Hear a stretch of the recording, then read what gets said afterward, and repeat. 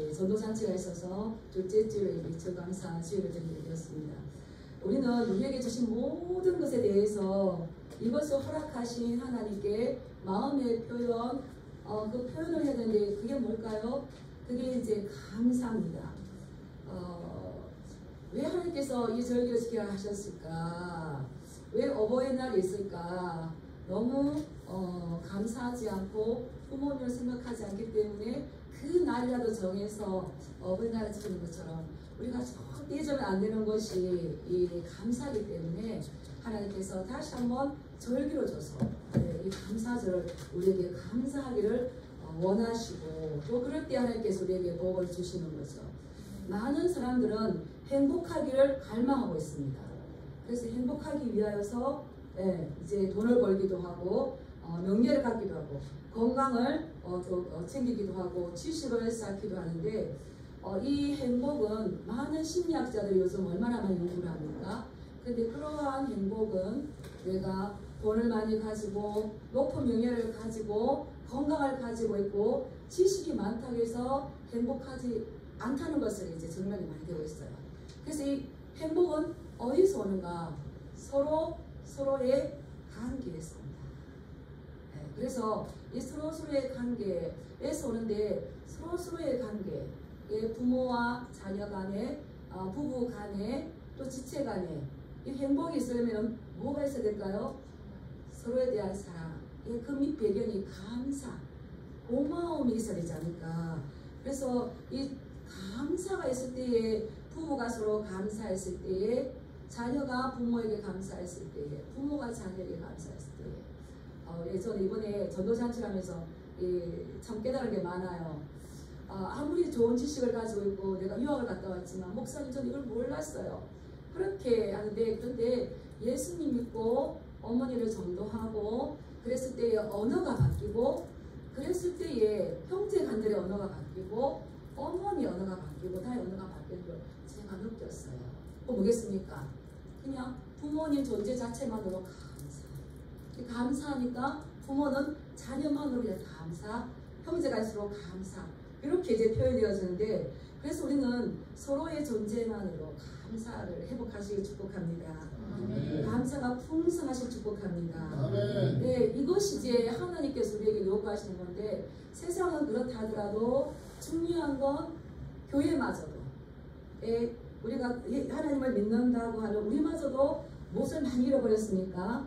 감사의 마음을 많이 잊어버린 것 같아요. 그래서 이즈음에서 이 감사, 매주 감사 예배를 드리면서 하나님께서 우리에게 감사를 회복하라고 말씀하시는구나. 서로 관계 가운데에서 감사를 회복할 뿐만 아니라 우리 하나님 아버지께도 서로의 관계 가운데서 감사를 잃어버리다 보니까 우리의 생명의 근원 대신 하나님께도 우리가 감사를 잊어버리고 있어요. 참 안타까운 일이죠. 그런데 이것은 세상의 물결이 교회로 밀려온 겁니다. 다시 말하면 이것은 사단이 가라지를 부리고 간 거죠. 그래서 우리는 가라지를 몰아내고 서로 감사의 마음이 풍성해야 될 줄 믿습니다. 이 오늘날 감사를 잊어버렸기 때문에 감사가 얼마나 중요한지를 많은 실험 가운데서 나타나는데요. 이 정신병원에서 이 환자들을 우울증 환자들을 치료할 때에 이제는 약물 치료보다는 감사 치유법이 더 탁월한 힘을 발휘한다고 합니다. 분노가 있고 억눌린 감정들. 그래서 이 의사 선생님들이 이 환자들에게 감사할 일을 찾아내라. 감사.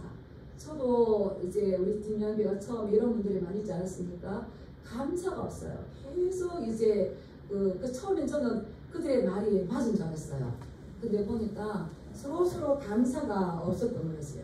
그래서 의사 선생님들이 찾아내어서 감사. 그래서 저도 계속 감사 이것을 이제 그것을 말씀에서 얻을 수 있는 거죠. 예수님 안에서 찾을 수가 있는 거죠. 사람을 보면 얼마나 실망하겠습니까? 그래서 감사할 일들을 의사 선생님이 많이 도와준대요. 그래서 이제 우리도 감사 일기 쓰기, 감사 편지 쓰기, 감사 기도하기, 감사 선물하기. 마음이 많이 어렵고 힘드실 때에 감사 일기를 한번 써보시기 바랍니다. 예, 제가 저 신대원 다닐 때 이런 훈련을 했었는데요. 감사를 10개만 하래요. 10개를 매일매일 써보래요. 숙제를 영성 시간에. 그런데 제가 해보니까 10개까지 가지 않아도 5개만 적어도 너무 감사하죠. 뭐 그냥 한두 5개만 적어도 나를 예먹이는 그 애새끼 있는 것이 감사하고 이런 것들이 감사하는데 감사일기, 감사기도, 감사편지 이렇게 구체적으로 펜을 잡고 써보면은 이것이 이제 탁월하게 그 치유가 되는 것이 이제 입증이 된 거죠. 그래서 하나님의 말씀 성경은 우리에게 뭐를 말씀하십니까? 항상 기도하라. 범사에 감사하라. 쉬지 말고 기도하라. 그래서 심리학자들 이제 의료진들은 이거를 실험을 해서 감사가 너무 좋다고 했지만 우리 성경은 이미 뭐라고 했습니까? 범사에 감사라고 했어요. 이런 테스트가 이런 실험 과정이 밝혀지는 거 보면 역시 하나님의 말씀은 진리구나. 그렇죠? 그래서 성경은 이미 그런 어려운 검사를 하기 전에 범사에 감사하라. 항상 기뻐라. 이것이 너를 향하신 하나님의 뜻입니다. 그래서 범사에 감사하시 축복합니다. 아멘. 네, 제가 예전에 이 책을 봤을 때 흥미로운 게 있었어요. 그 이제 과학자들이 생지 실험을 했었는데 뭘 가지고 실험을 했느냐면 불을 내고 화를 내고 침을 튀겨가면서 상대방에게 욕설을 하는 그 사람의 침을 주사기로 주입을 해서 생지에게 주입을 했어요. 근데 그 생지가 어떻게 됐을까요? 그 자리에서 즉사했어요. 저는 그걸 보고 깜짝 놀랐어요. 왜 놀랐을까요? 저도 그때는 막 화를 많이 냈었어요. 얼마나 힘들었겠어요. 애는 3명이지, 학교는 다녀야지, 사역은 해야지, 그리고 뭐 장거리지. 막 그랬어요. 나 하나님 일하는데 너희들 뭐야? 이렇게 막 했었어요. 근데 그것을 보고 나니까 세상에 그 생지는 과학자가 주입을 했지만 내가 화를 내고 내가 분노하고 내가 욕을 하고 그러고는 그럼 누가 만든 겁니까? 내가 만들어서 누가 먹는 거예요? 내가 먹는 거예요. 와, 우리 이렇구나. 그래서 최고의 이 질병 예방책은 감사입니다. 감사를 회복하실 축복합니다. 아멘. 오늘 아침에 일어나서 무엇을 감사하셨습니까?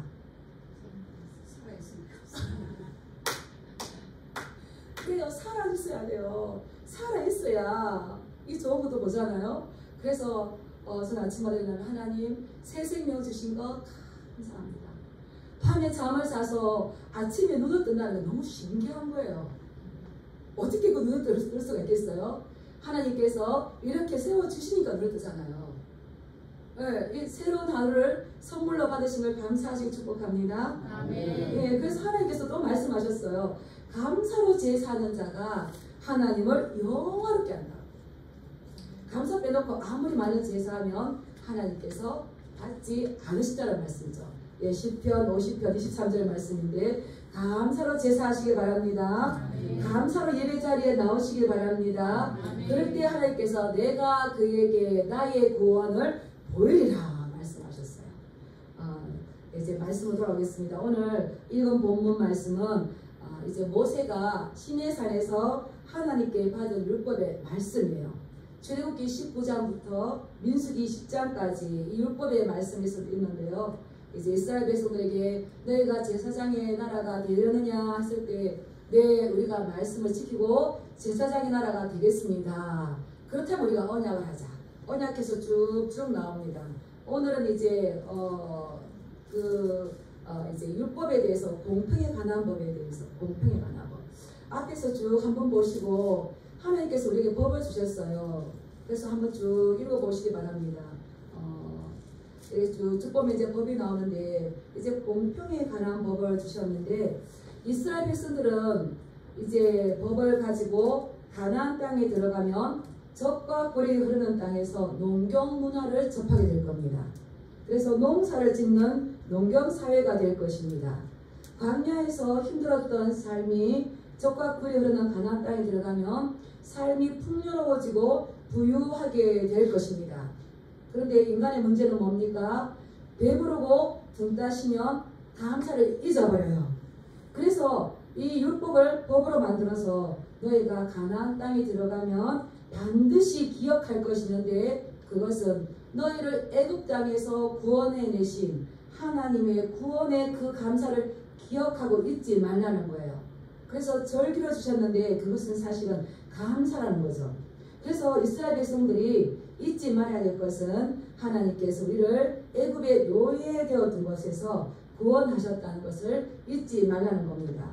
그래서 이런 절기를 통해서 하나님의 구원을 생각하고 그 받은 은혜를 생각하고 지금도 우리가 그 은혜로 살아가고 있음을 고백하며 앞으로의 모든 일, 우리 요즘 많이 나오는 게 불확실한 미래 얼마나 우리 마음을 조입니까? 그런 가운데서도 하나님의 은혜로 살아가는 것을 깨닫게 되는 거죠.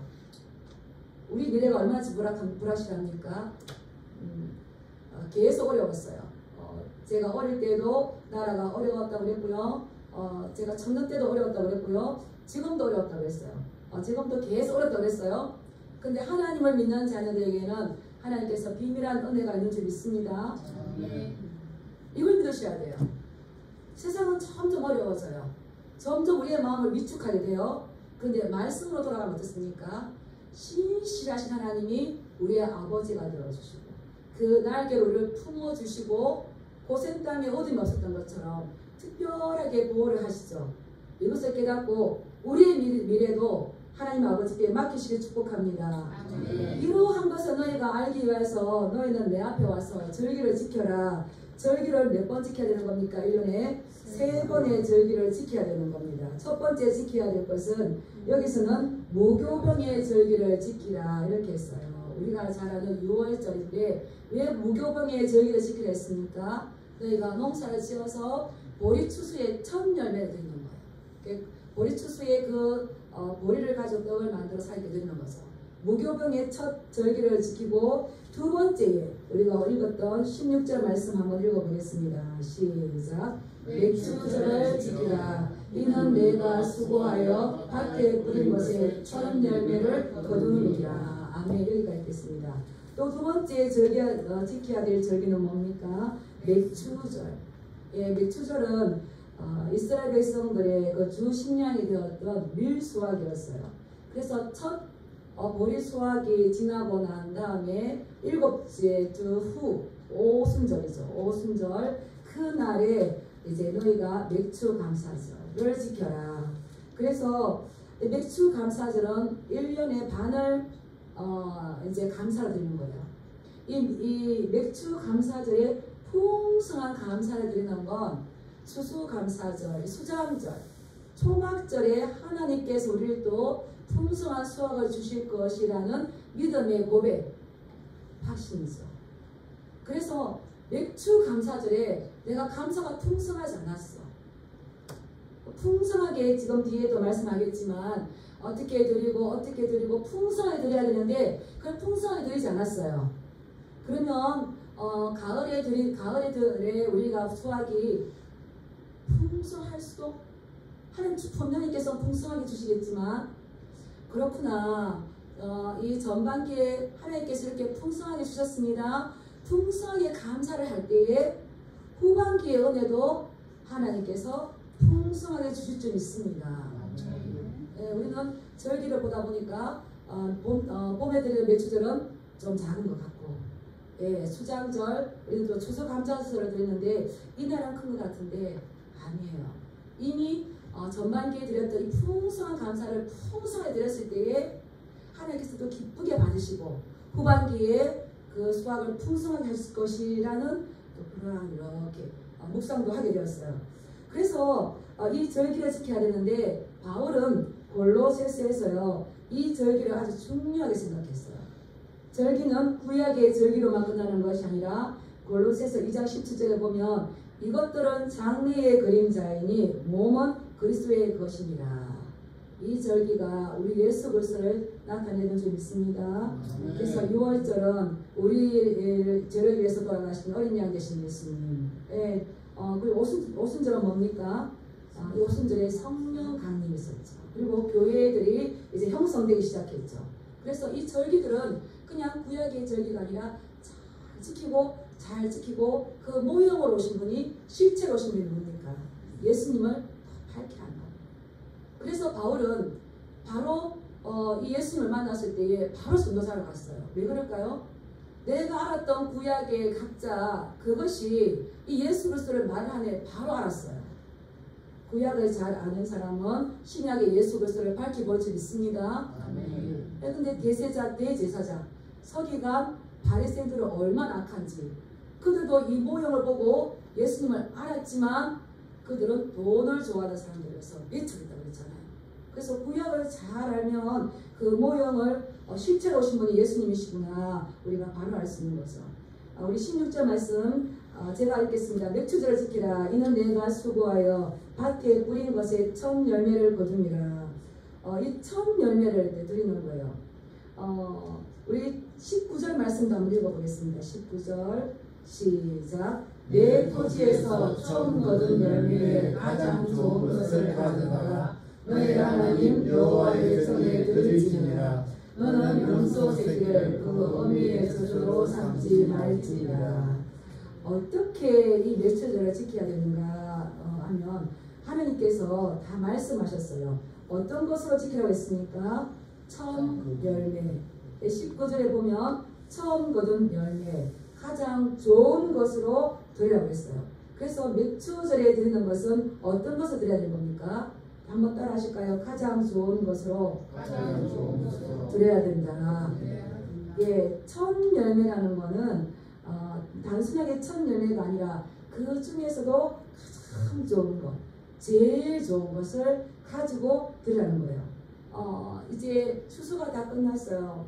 그러면 남자들은 20세 이상 된 남자들은 이 절기 때에 성전을 향해서 올라가야 되는데 올라갈 때에 이 소에게 첫 열매를 가득 싣고 이 첫 열매는 제사장들과 어려운 이웃들을 위해서 나누는 거죠. 10분의 1은 제사장에게 10분의 1은 어려운 이웃들에게 이것을 가득 싣고 나갑니다. 그럴 때 막 피리를 불어요. 노래를 부르고 춤을 춰요. 우리가 푸년했을 때에 막 기뻐하는 것처럼 그렇게 해서 막 가득 싣고 노래를 부르면서 갑니다. 이때에 있는 시편이 시편 113편부터 118편이더라고요. 117편에 보면 우리에게 향하신 여호와의 인자심이 크시고 여호와의 진실하심이 영원하미로다. 할렐루야. 상상이 가십니까? 풍성한 그 추수를 했던 그 농부들이 이제 하나님께 드릴 거를 가만히 가득 싣고 피를 불면서 즐겁게 올라가면서 우리에게 향하신 여호와의 인자하심이 크시도다. 주님의 인자하심이 크시기 때문에 우리가 이렇게 풍성한 수확을 했습니다. 땅은 누구의 것입니까? 하나님의 것이죠. 수확은 농부의 노력으로 만드는 거죠. 농부의 노력이 농부가 해야 할 일이 있다면 하나님께서는 뭘 주셔야 되는 겁니까? 햇빛과 비와 때로는 몰아치는 태풍과 이런 바람을 주셔야 가능한 거기 때문에 우리의 것만 아니에요. 그래서 이 모든 것을 주신 분이 하나님이십니다 하면서 싸고 올라가서 가장 좋은 것으로 드려야 됩니다. 이스라엘 백성들에게 이렇게 누차 가나안 땅에 들어가기 전에 말씀하셨지만 이스라엘 백성들은 사사기 시대가 지나면서 이러한 절기들을 드렸을까요? 안 드렸을까요? 드리지를 않았어요. 따르겠습니다. 배부르고 등 따시면 문제다.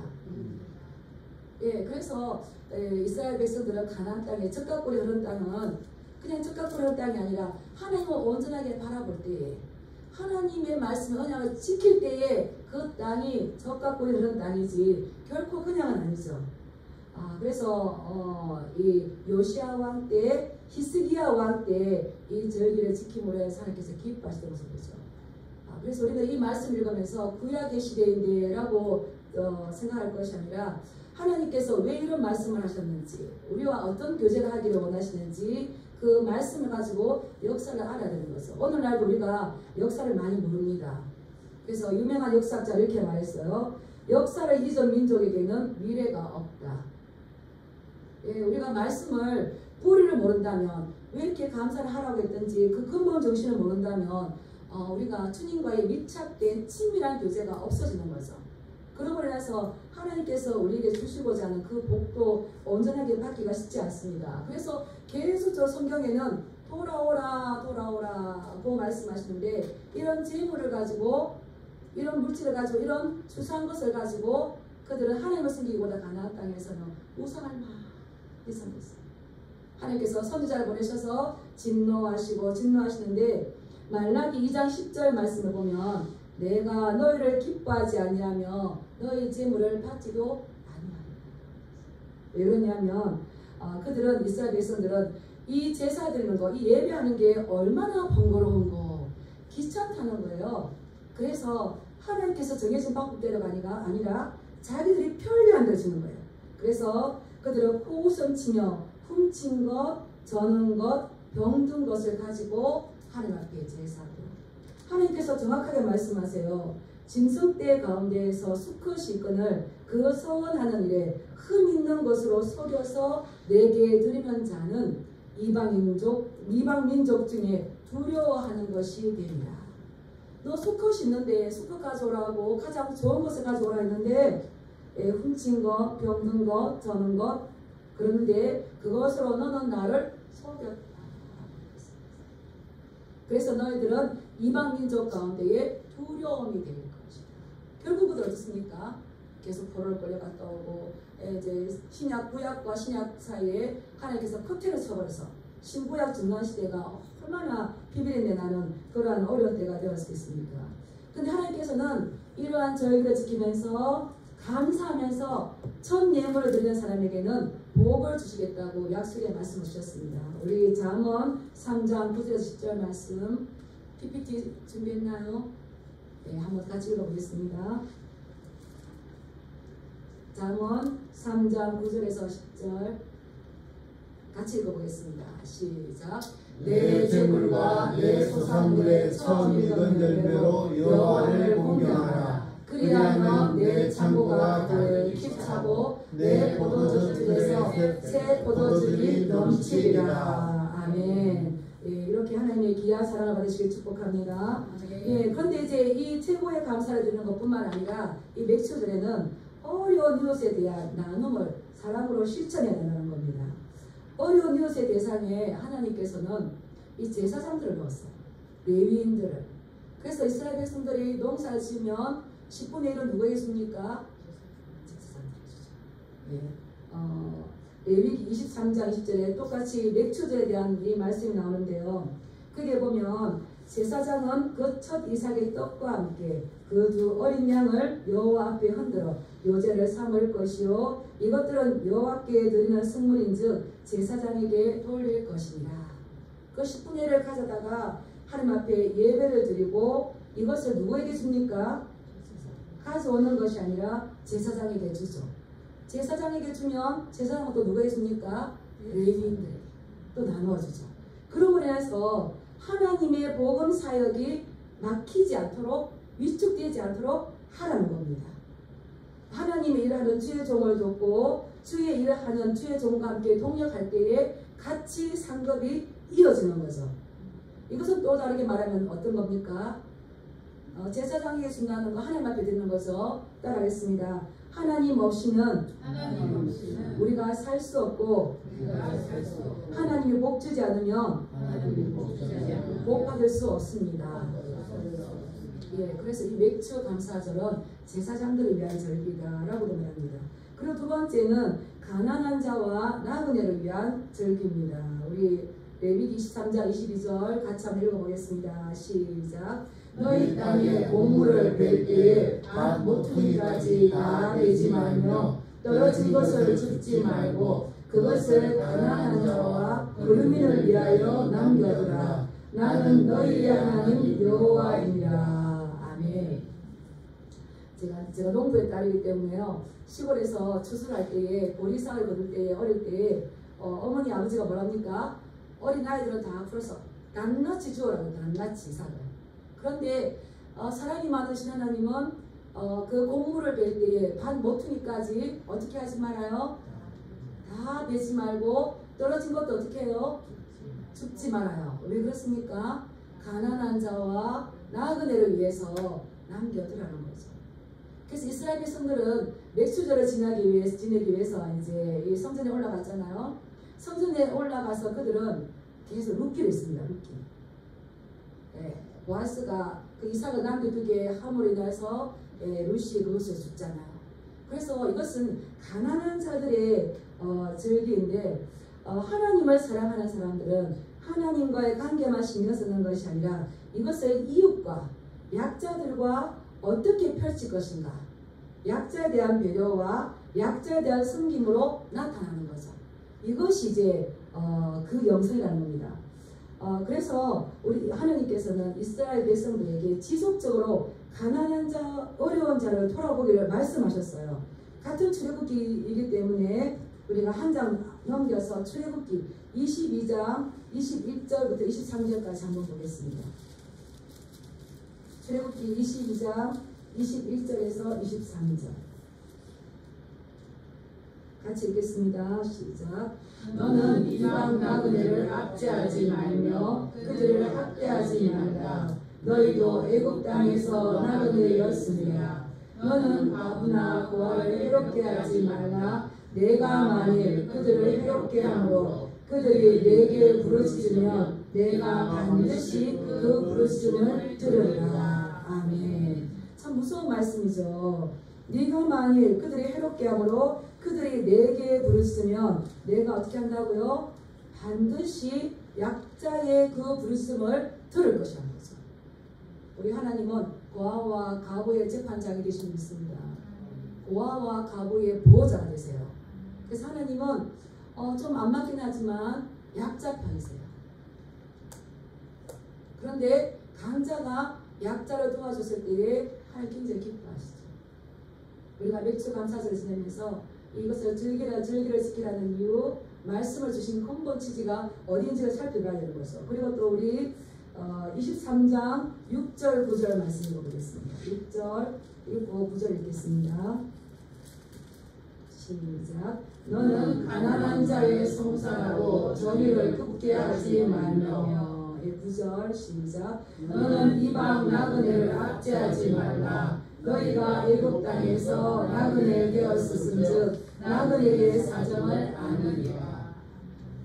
너희가 지금 가나안 땅에 들어가서 농경 사회로 번성하고 풍족하지만 너희의 과거, 너희가 하나님께서 어떻게 너희들을 애굽 땅에서 인도해 내왔는지를 기억하라는 거죠. 우리도 얼마나 고아와 과부였습니까? 하나님을 만나지 않은 고아였죠. 예수님을 신랑으로 만나지 않은 우리 과부였죠. 고아와 과부가 얼마나 연약합니까? 나그네는 얼마나 연약합니까? 그래서 딱 법으로 정하셔서 법으로 정하지 않으면 유린당하죠. 그래서 계속 선지자들을 통하여서 이스라엘 백성들을 부르실 때에 너희가 고아의 생명을, 과부의 생명을 유린했던 것을 책망하십니다. 그래서 우리에게 말씀하시죠. 너희가 이방 나그네를 압제하지 말라. 너희도 애굽 땅에서 나그네 되었음을 기억하여서 나그네의 사정을 알고 그들에게 도울 때 풍족하게. 또 신명기의 말씀을 보면 도울 때에 그냥 먹고 살 만큼만 도우는 게 아니라 풍성하게 도우는 거예요. 그래서 10의 3절을 또 말씀하시기도 하시잖아요. 그래서 우리에게 하나님께서 이 말씀을 주시면서 결국 하나님 앞에 풍성한 감사와 그 다음은 뭡니까? 따라하겠습니다. 약자와 가난한 자와 어려운 이웃을 위한 사랑을 실천해라. 그래서 야고보는요 이것을 아버지 앞에서, 하나님 아버지 앞에서 정결하고 더러움이 없는 경건은 곧 고아와 과부를 그 환난 중에 돌보고 또 자기를 지켜 새 속에 물들지 아니하는 그것입니다. 경건은 뭡니까?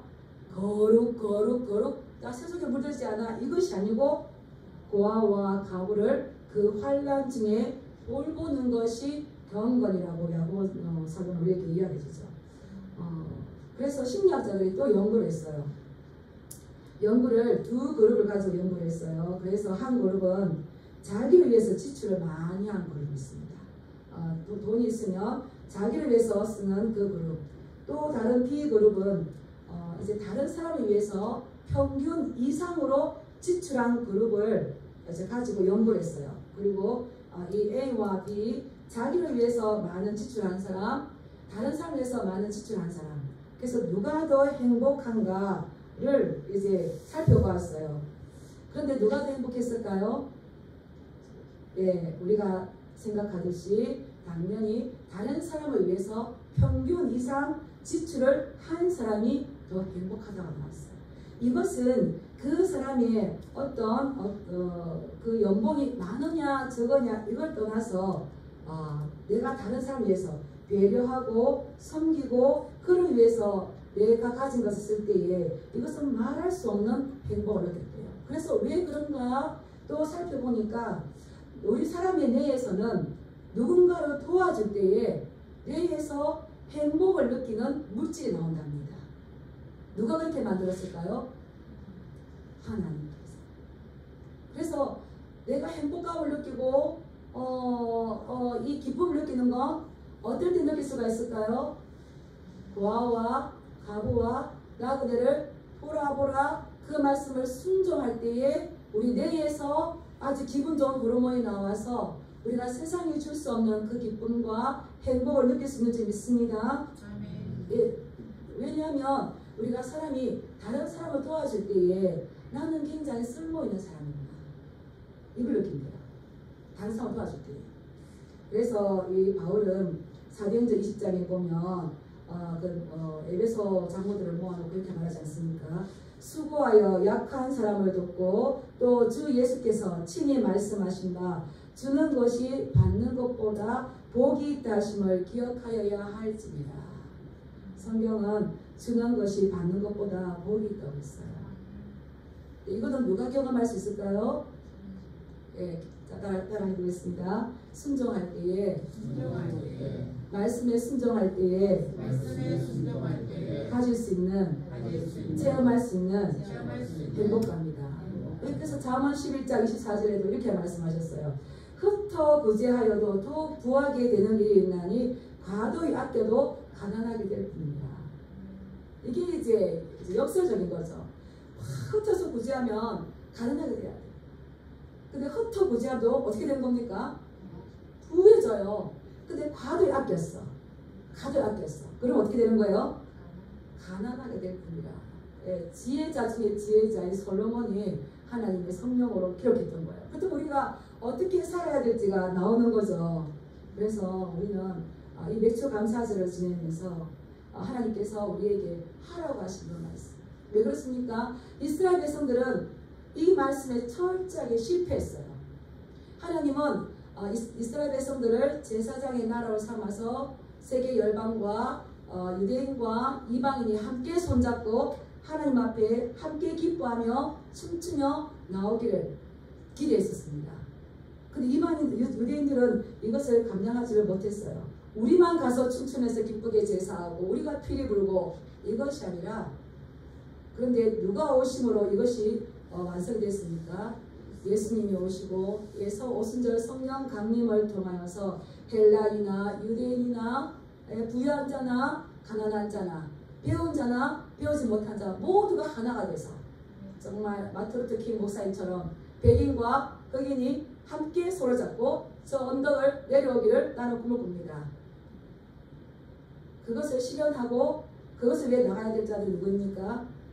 오늘 우리 그리스도입니다. 그래서 우리의 감사가 풍성할 때에 나에게 주신 것을 감사할 뿐만 아니라 이것을 나눌 수 있는 그러한 우리 진행하게 성도들 되시기를 주님의 이름으로 축복합니다. 그리고 또한 내가 구체적으로 저도 이것을 말씀 준비하면서 오늘 맥주 감사절을 지내고 이제 우리 진행교회가 여기에 대한 헌금을 어떻게 할 것인가 또 이렇게 마음이 또 되더라고요. 왜냐하면 말씀대로 할 때에 하나님께서 풍성한 복을 주신 줄 믿습니다. 그래서 우리가 진행교회가 말씀의 근본 정신, 그 말씀이 뭐라고 했는가 따라가면서 하나님께 기쁨이 되고 이웃을 섬기며 연약하고 가난한 자들의 친구가 되는 그러한 삶을 살아가기 축복합니다. 네, 기도하겠습니다.